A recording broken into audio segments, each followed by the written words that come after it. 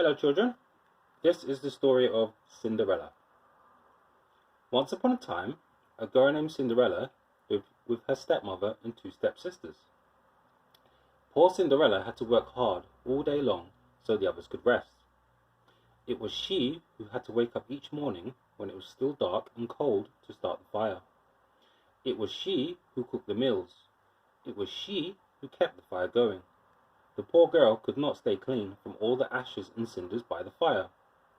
What a mess, her two stepsisters laughed, and that is why they called her Cinderella. One day, big news came to town. The king and queen were going to have a ball. It was time for the prince to find a bride. All of the young ladies in the land were invited to come. They were wild with joy. They would wear their most beautiful gown and fix their hair extra nice. Maybe the prince would like them. At Cinderella's house, she now had extra work to do. She had to make two brand new gowns for her two stepsisters. "Faster!" shouted one stepsister. "You call that a dress?" screamed the other. "Oh dear," said Cinderella. "When can I—" The stepmother marched into the room. "When can you what?" "Well," said the girl, "when will I have time to make my own dress for the ball?" "You?" yelled the stepmother. "Who said you were going to the ball?" "What a laugh," said one stepsister. Such a mess. They pointed at Cinderella. All of them laughed. Cinderella said to herself, "When they look at me, maybe they see a mess. But I am not that way. And if I could, I would go to the ball." Soon the time came for the stepmother and stepsisters to leave for the big party. Their fine carriage came to the door. The stepmother and stepsisters hopped inside, and they were off. "Goodbye," called Cinderella. "Have a good time." But her stepmother and stepsisters did not turn around to see her. "Ah, me," said Cinderella sadly. The carriage rode down the street. She said aloud, "I wish I could go to the ball too." Then poof! All of a sudden, in front of her was a fairy.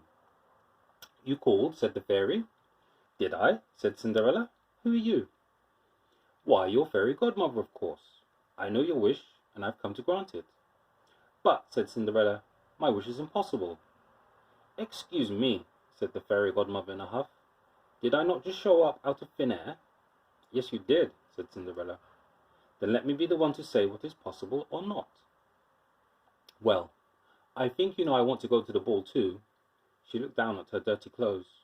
"But look at me." "You do look a bit of a mess, child," said the fairy godmother. "Even if I had something nice to wear," said the girl, "I would have no way to get there." "Dear me, all of that is possible," said the fairy. With that, she tapped her wand on Cinderella's head. At once Cinderella was all clean. She was dressed in a beautiful blue gown. Her hair was set high on her head inside a golden band. "This is wonderful," said Cinderella. "Who said I was done?" said the fairy godmother. She tapped her wand again. At once a beautiful carriage came to be, with a driver and 4 white horses. "Am I dreaming?" said Cinderella, looking around her. "It is as real as can be," said the fairy godmother. "But there is one thing you must know." "What is that?" "All of this lasts only to midnight. Tonight, at the stroke of midnight, it will all be over. Everything will go back to how it was before." "Then I must be sure to leave the ball before midnight," said Cinderella. "Good idea," said the fairy godmother. She stepped back. "My work is done." And with that the fairy godmother was gone. Cinderella looked around her. Did that even happen? But there she stood in a fine gown, and with a golden band in her hair. And there were her driver and 4 horses waiting. "Coming?" called the driver. She stepped into the carriage, and they were off. Over at the ball, the prince did not know what to think. "Why do you have that sad look on your face?" the queen said to her son. "Look around you.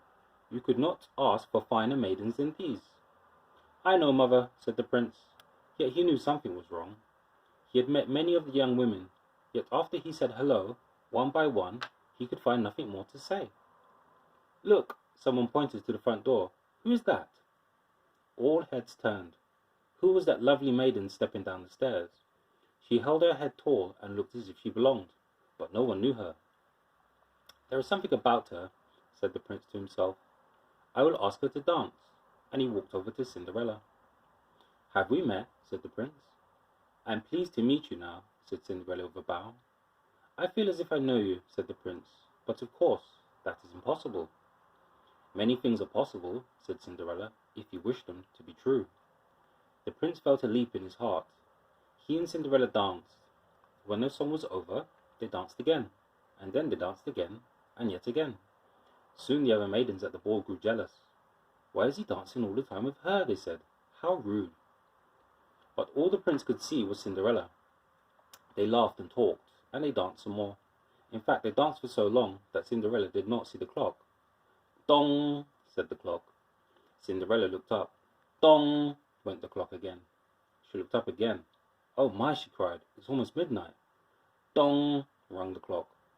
"Why does that matter?" said the prince. "Dong!" called the clock. "I must go," said Cinderella. "Dong!" went the clock. "But we just met," said the prince. "Why leave now?"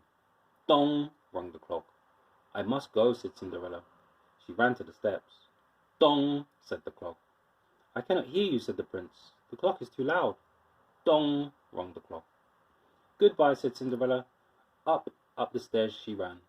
"Dong!" went the clock. "Please stop for a moment," said the prince.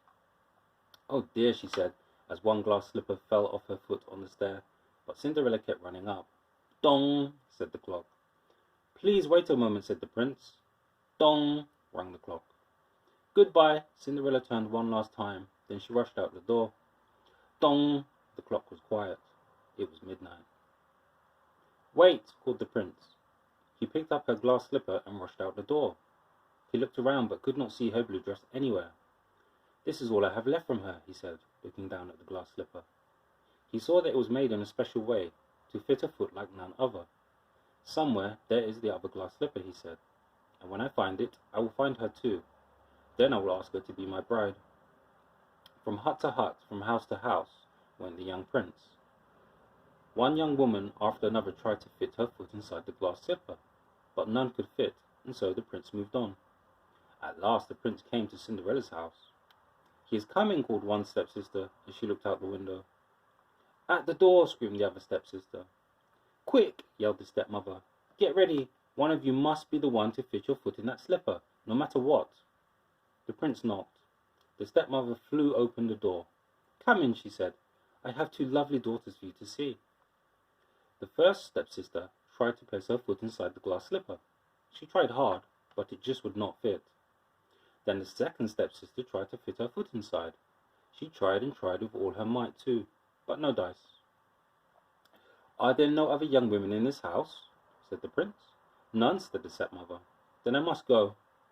"Maybe there is one more," said Cinderella, stepping into the room. "I thought you said there were no other young women here," said the prince. "None who matter," said the stepmother with a hiss. "Come here," said the prince. Cinderella stepped up to him. The prince got down on one knee and tried the glass slipper on her foot. It fit perfectly. Then from her pocket Cinderella took out something. It was the other glass slipper. "I knew it," he cried. "You are the one." "What?" shouted the stepsister. "Not her!" screamed the other stepsister. "This cannot be!" yelled the stepmother. But it was too late. The prince knew that Cinderella was the one. He looked into her eyes. He did not see the cinders in her hair or the ashes on her face. "I've found you," he said. "And I found you," said Cinderella. And so Cinderella and the prince were married, and they lived happily ever after. The end.